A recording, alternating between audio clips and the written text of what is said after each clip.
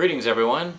Well, for this week's movie review, I thought we'd take a look at one of the movies that I received from one of my viewers, namely in a package from fucking A few weeks back. You may recall I did a package opening video.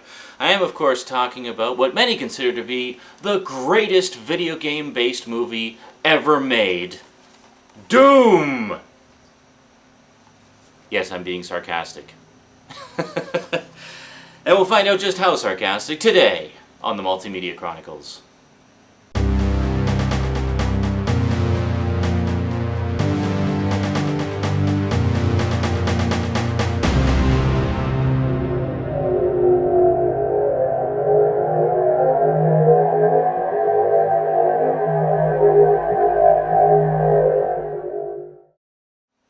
Welcome back. Now, Doom is of course based on the pretty much legendary video game series of the same name. When it was first announced that they were doing a movie based on Doom, of course fans were excited, but excited with cautious optimism, I guess, because let's face it, historically speaking, video game movies generally tend not to be very good. So is Doom any good? The short version goes something like this. As a movie based on the video game, let's just say it's not entirely successful. There's a few pretty glaring problems with it, which we'll get into in a few minutes. But as just a standalone sci-fi action-adventure movie, kind of leaning into the guilty pleasure territory, honestly, I didn't think it was that bad. No, I'm not going to give it 5 Zs. Let's break it down, shall we?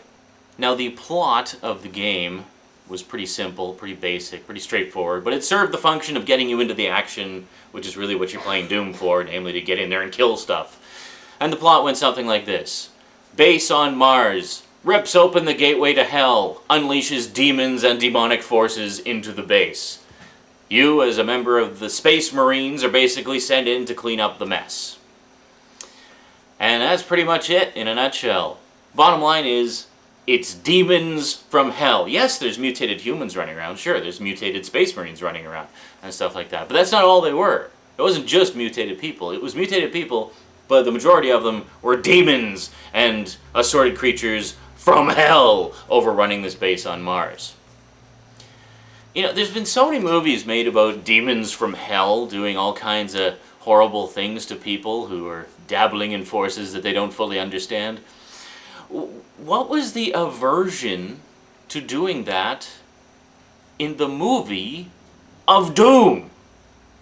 This is what I don't understand. It's like, okay, very simple premise. There's not a lot of backstory there that you need to adapt.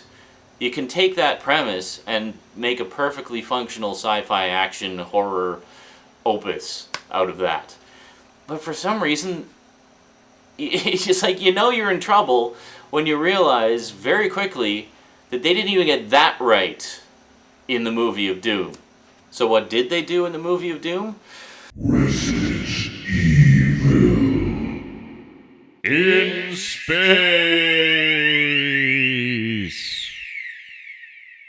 Well, it's not made entirely clear where exactly this came from, but essentially what happened was a 24th chromosome was discovered that, when injected into a human subject, would cause the human subject to mutate. Now, all that is hinted at is that it's likely alien in origin. I guess it could come from hell, but they don't explicitly say where it came from. All we know is that there was some kind of archaeological dig, and I think the assumption is that it was something they discovered in the dig, or something. I don't know. I was really trying to pay attention, but I just didn't quite get where exactly that came from. Oh well, not important. Am I watching Doom for depth of plot? Hell no, that's not why I played the game. I'm watching Doom to see a bunch of Space Marines go in and kill stuff. And do we get that? Oh yeah, we get that in spades. Now, they don't mess around when Doom starts. I mean, they just throw you right into it. There's like a bit of chaos at the beginning that kind of sets things up, and then, boom! Send in the Space Marines! All hell's breaking loose! We get to know these Space Marines for about 30 seconds before they're thrust onto a dropship and sent to the base where all the trouble is going on. You know You know right off the bat, they're not going to be messing around with much in the way of character development when, as the Marines are gearing up, they pick up their guns, and the guns say their names. It's like, oh boy, all we're getting is call signs, but no real characterization. Yep. This is a movie that does not pretend to be anything but what it is. The other thing I found kind of amusing and annoying at the same time is, like, why is it so many of these types of movies, whether it be a cop movie or a war movie, or in this case a sci-fi action movie, why do they always have to have the obligatory rookie character? They gotta have that one guy there who serves no other purpose other than to bitch and moan and whine about how this ain't what he signed up for, and get scared a lot, and have the other guys ribbing him a lot for being a rookie and laughing at him and stuff like that. And there's really no exception here. I mean, this is as stereotypical a rookie character as you can get. You've seen this character a million times before. And what inevitably happens with these rookie characters is one of two things. Either he goes through the movie being scared shitless, gets killed in some horribly tragic way, and lots of whiny strings to try to make you feel sorry for this stereotypical cliched character. And the guy who ribbed him the most, and picked on him the most, and gave him the hardest time, turns out to have been like, you know, really liked him and was just trying to toughen him up and help him find his courage and blah, blah, blah, whatever, and goes off on a holy mission to avenge the fallen rookie.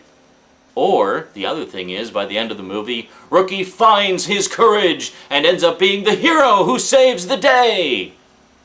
So what happens to the rookie in this one?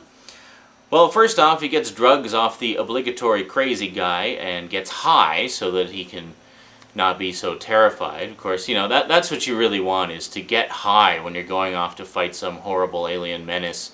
Because, you know, you don't want to be, like, alert or anything while things are trying to chew your nutsack off.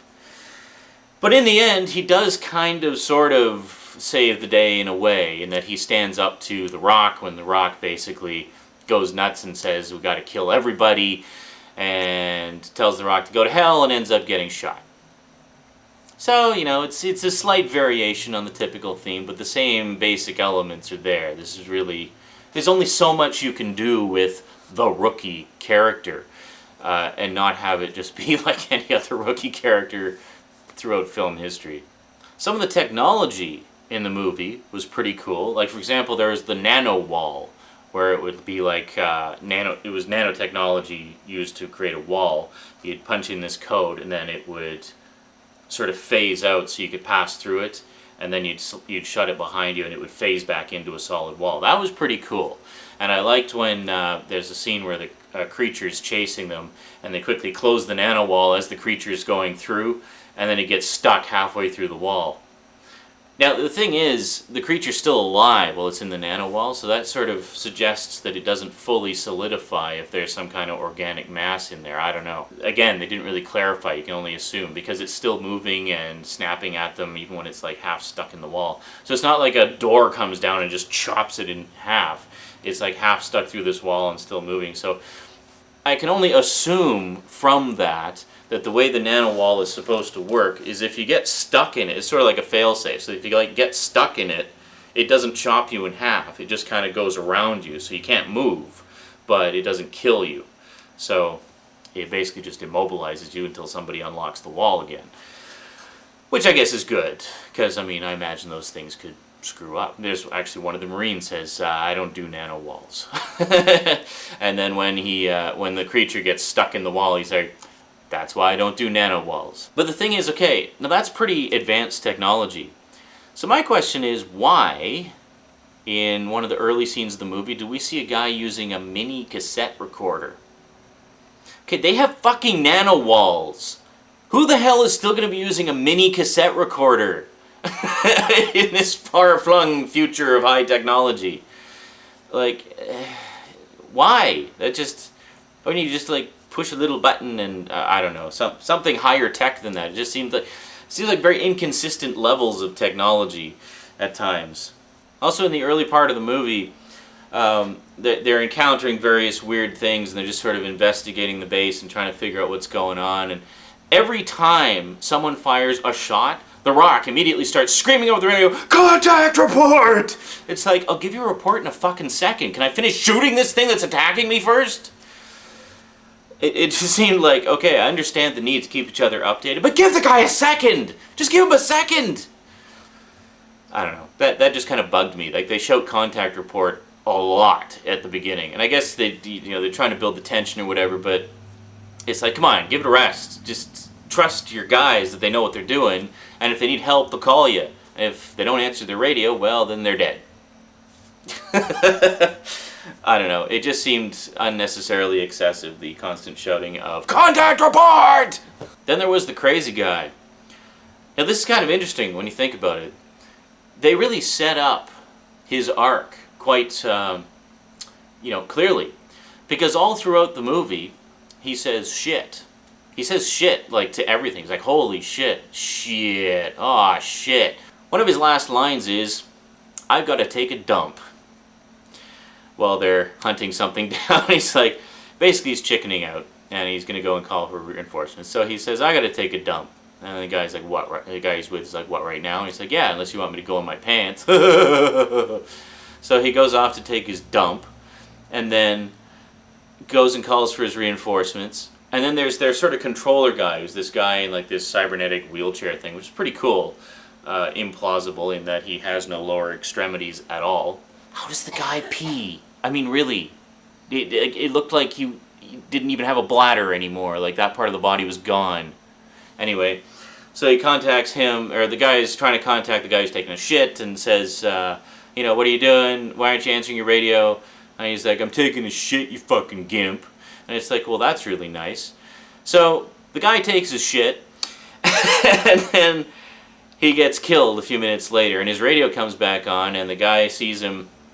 I'm going somewhere with this. And the guy sees him dangling from the roof as he's being chomped on by something in the video display of his communicator. And then The Rock contacts him and says, "Yeah, have you heard from Portman?" Portman's the crazy guy, who's the shit-taking crazy guy. "Have you heard from Portman?" And he's like, "No." It's like, oh, okay, yeah. So the guy makes a little, jerky comment to you, and you're just gonna let him get chomped on. Like, that's real nice. That's real nice. But then again, that actually does kind of set things up in connection with what is later discovered. Yeah, don't worry, this is full of spoilers, and I'm assuming anybody who wants to see the movie has seen it by now, and anyone who hasn't seen it is watching this review doesn't really care. So, yeah, there's spoilers. Most of my movie reviews will have spoilers, because, I gotta talk about shit, right? So, okay, there was a little something later that the doctor chick discovers that the infection that is turning everybody into these killing machines is actually selective. Basically, if you were a bad person in some way, you get turned into a rampaging beast. If you were a good person, it just turns you into a superhuman, like with fast healing abilities kind of thing. Kind of a cool idea, but again, nothing to do with the game. So later we see that Pinky, the guy in the wheelchair, actually does get turned into a rampaging, drooling beast. I guess because he let the shitting guy die. That made him a bad person. So it turned him into a bad beastie. The thing is, he was like a real little wimpy guy. And he gets turned into this behemoth of a beast. Like, what the hell? There can't have been that much physical mass in his body to be transformed into that. Like, you can't just create more mass out of thin air. Unless that's, there's some kind of nanotechnology involved. But even nanotechnology, if it's creating new material out of some other material, it still needs another material. You can't just create shit out of thin air. Here's one that bugs the shit out of everybody. The BFG. You know what I'm going to say, don't you? Yeah, in the game, of course, the BFG was one of the most powerful weapons you could get. It was the one that everybody wanted to get because it could just toast pretty much anything with a shot or two. So, in the game, like in the instruction manual for the game, it told you what BFG stood for. big fraggin' gun. If you ever wonder where the term frag comes from in reference to first-person shooters, there's your answer. It comes from the BFG in the original Doom. That was the first time I ever saw that term, and I'm pretty sure that was the first time the term was ever used. So that's what it was called in the instruction book, and I think in the game somewhere as well. But of course, what did we call it? The big fucking gun. Hell yeah. So, I think everybody had much the same reaction, and I realized after the fact this was clearly an intentional gag by the filmmakers, because they knew it was going to get everybody's gander up, but they kind of make up for it later. So, The Rock finds the schematic for the BFG, and underneath BFG it says Bioforce Gun. Bioforce Gun? What the hell? It's an R-rated movie. You can't say big fucking gun? But think about it. Think about it. That actually kind of makes sense. If they're going to be developing a weapon called the BFG, obviously the technical name for it could not be the big fucking gun. It just wouldn't make sense. You know, nobody's going to develop something with a swear word in the title as an official military weapon. No, that's something that is a nickname. It was a nickname in the game because the official name was the Big Fraggin' Gun. Everybody called it the Big Fucking Gun. So what happens when The Rock actually gets the Bioforce Gun? First thing out of his mouth when he sets eyes on it, Big Fucking Gun. So there you go. It is called the Big Fucking Gun in the movie, in the same way that it's called the Big Fucking Gun to us as gamers, as a nickname. I actually enjoyed some of the dialogue in the movie. Some of the banter I felt was really forced and unnecessary. Like the crazy guy Portman, I thought his lines were just really bad and cliched and stupid and not really funny or endearing in any way. Rookie was just annoying because he was a typical annoying character. But there was a couple of nice little moments between Duke and the doctor chick, Samantha, where they had a couple little conversations, and she's doing an autopsy on one of the creatures, and that's when she figures out they're actually human, mutated humans. And there was a couple of nice little exchanges in there. I especially liked the line about the power bone saw. He was like, "Baby, I've been waiting for you my whole life." Just that whole little exchange was, I mean, it was kind of corny and cliched as well, but it was endearing, I think, largely due to the performances of the actors. They actually made it a likable little moment. My only regret is that there weren't more moments like that, because I thought that was a nice little cheesy, fun moment. I laughed, and it would have been nice if there was more moments like that. One other thing I really, really found actually quite refreshing is most of the creatures in the movie are done with practical effects and not CG. Yes, there are some CG creatures, like, and there's some CG moments of, you know, when creatures will be moving around. Or sometimes, I was watching a bit of the extras actually, apparently what they did a lot of the time was they would have a guy in a suit but use a CG head so they could give it more articulation and such. But it's really actually quite seamless. Like, I couldn't really tell a lot of the time. I mean, there's some moments when it's obviously CG, like the pinky creature that I mentioned is obviously an all CG creature. But a lot of the ones that they encounter just walking around the base and such are a combination of guy in a suit and CG, and quite seamless too. I thought it was actually quite well done, and it's the first time in a long time I can actually say I've been somewhat impressed by the creature effects, because too often nowadays I find they just go all CG just because it's easier or whatever. But really, you know, I've always maintained that it's so much better when there's something there for the actors to react to. They can actually see and touch and interact with, rather than interacting with, you know, a ping pong ball on a stick in front of a green screen. One part where I thought it kind of started to fall apart, plot-wise, was basically the part I mentioned before with where the rookie kind of has his moments and stands up to The Rock, where The Rock basically goes nuts and decides that everybody in the base needs to die so the infection can't spread. And he just doesn't listen to the doctor who's trying to explain to him, hey, the infection is selective. If people aren't infected, then it's probably because they can't be infected. And she has found actual proper information based on data, you know. And I think any real Marine with the brain in his head, I mean, you gotta be smart to be in the Marines, okay? They don't recruit idiots. They want guys who can think and act and adapt to situations like that. And, well, maybe not like that specific, well, you know what I mean. Unusual situations. And you can't always, sort of stick to one line of thinking. I mean, because if a situation changes like that, you got to change the plan. Yeah, so I guess the excuse in this case is Sarge basically just cracked and wasn't listening to reason anymore, but, it's kind of flimsy. I mean, because prior to that, he was very much, it just seemed so out of character for that character, because throughout the rest of it, he just seemed to have his shit together so well. And for him to suddenly turn like that, it was almost like they did it just as an excuse to have Rock as the bad guy at the end. So, I don't know, it was just kind of, it just felt really awkward and forced, and not in line with the character as it had been established so far, and with just the plot. So a couple more things. I can't talk about the Doom movie without mentioning the first-person shooter sequence. Up until seeing the actual movie, that's the only part of the movie that I had seen. I saw it on YouTube a while ago. Honestly, as I was watching the film, I mean, I don't consider it high art, but I don't consider it a total write-off either. As a movie based on the video game, yeah, it's not a very good adaptation. There's no question about that. But as just a standalone sci-fi action flick, I actually thought it was a lot of fun. I mean, there's not a lot of depth to it, but there doesn't need to be.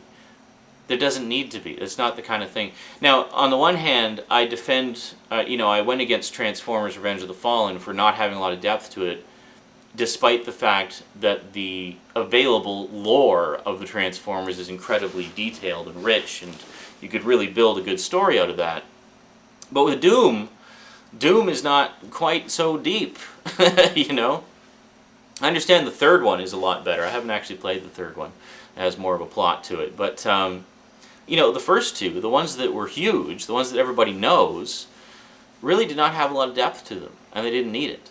And those were perfectly fun, enjoyable experiences, and in the same vein, I think the Doom movie is. Now that said, the first-person shooter sequence, I just take it as part of the fun, really. I mean, a lot of people hated that sequence because they thought it was cheesy and unnecessary. And yeah, of course it's cheesy and unnecessary, but so's the whole damn movie. You might as well just write the whole thing off. The whole thing's cheesy and unnecessary. I mean, I thought it was just a nice little nod to the video game origins, and done better and in a, I almost want to say classier way than, say, Uwe Boll's House of the Dead, where it just sort of randomly cuts away to shots from the video game during the final battle sequence. That was just really weird and awkward and pointless. But at least in this case, they actually kind of worked it into the story, where Karl Urban's character gets the injection, and you're wondering for a bit, is he going to turn? Is he going to just be a superhuman or what? Turns out he's okay. He recovers. And then it's like we see it from his perspective as he is discovering, what the chromosome has done to him in terms of making him more, durable and faster and such. I mean, he jumps over one of the guys, for crying out loud. Like, from a dead stand, he just jumps right over the guy and then starts attacking him from behind. I mean, I thought it was a lot of fun. I really enjoyed that sequence, actually. And I watched the featurette about how they put it together, and it was quite interesting to see. One last little thing, I did like The Rock's line as he's getting pulled through the nanowall saying, "I'm not supposed to die!" Which I actually thought was pretty funny because, I mean, he's the... Where's the box here? I mean, he's the headliner. he's the guy in the foreground of the cover. There you go. And, I didn't even realize... Oh, where is it? I didn't realize that was Karl Urban because, I mean, that doesn't look like how you normally see him. So it was a fun little twist, I guess, but I just thought it wasn't handled particularly well with the, as I mentioned, with the whole Sarge breaking character and deciding to go on a rampage and kill everybody. But I liked that line, because of course you don't expect The Rock to die because he's one of the big stars of it. I actually have to admit, I really liked Karl Urban in this. I'm really becoming a fan of his work, because I mean, even in a cheese fest like Doom, he still managed to pull off some real grit and believability with his character. Whenever he had significant screen time, you were sucked right in, or at least I was. and just captivated by his performance. I mean, like, his character was probably the one that really got any development. I mean, because he has a history with Samantha, and they had like some horrible experiences there when they were kids, and you know, but he's really the only one who got any backstory or depth to him. The rest of it were just generic Space Marines, and yeah, that was pretty much it. But yeah, I really liked Karl Urban in this. I think I will be checking out some more of his work because, you know, while this may not be the best example of fine acting, I thought he did as best as he possibly could. And given his performance in Star Trek and Lord of the Rings, I think he's an awesome actor, and I think he's going to do really well over the next few years. Whoo! Wow. I honestly didn't think I'd have that much to say about Doom. I guess that's what happens when you actually take notes while you're watching the movie. You end up with a lot to talk about. So what do I give Doom? Honestly, some of you are going to think I'm insane. But honestly, I give Doom 3 Z's. That's right, a solid 3. I gotta rate it better than Transformers, but I can't rate it as good as, well, other stuff. But no, I give it a solid 3 Z's just solely on the basis that I actually, you know, as cheesy as it was, I had a blast. It's a really just fun, crazy movie. You rated it higher than Transformers? What's wrong with you? What's wrong with him? She has not seen Doom yet, so she can't really I don't say care. You got sent to you because it was a crappy-ass movie. Yes, and I can enjoy a crappy-ass movie. More than Transformers. The second Transformers, definitely. I'm not going to talk to you. So anyway, Doom. Now this is an example of a movie where you can actually successfully just switch your brain off and enjoy the action, because that's really what it's all about. Now, as far as movies based on video games, who directed this? This was directed by Andrzej Bartkowiak. I have no idea how to pronounce that, and that's why I don't read for the news. What else has he done? Well, he did Romeo Must Die, he did Cradle to the Grave, Exit Wounds, and then he did Doom. And now it seems like he's become the new turn video games into movies guy, because his last movie was Street Fighter: The Legend of Chun-Li, which I understand is so ridiculously bad that it doesn't even work as a so bad it's good kind of way. See, that's kind of how I look at Doom, is basically a big budget B movie, and that's sort of the mindset in which I found it was enjoyable, in that it's fun in the same way that a B movie is fun. You watch something cheesy, low budget, and, you know, ridiculous, but you enjoy it. You know, you enjoy it because of that. So Doom is enjoyable in that way, except it was a multi-million-dollar Hollywood production. So is Andre the next Uwe Boll?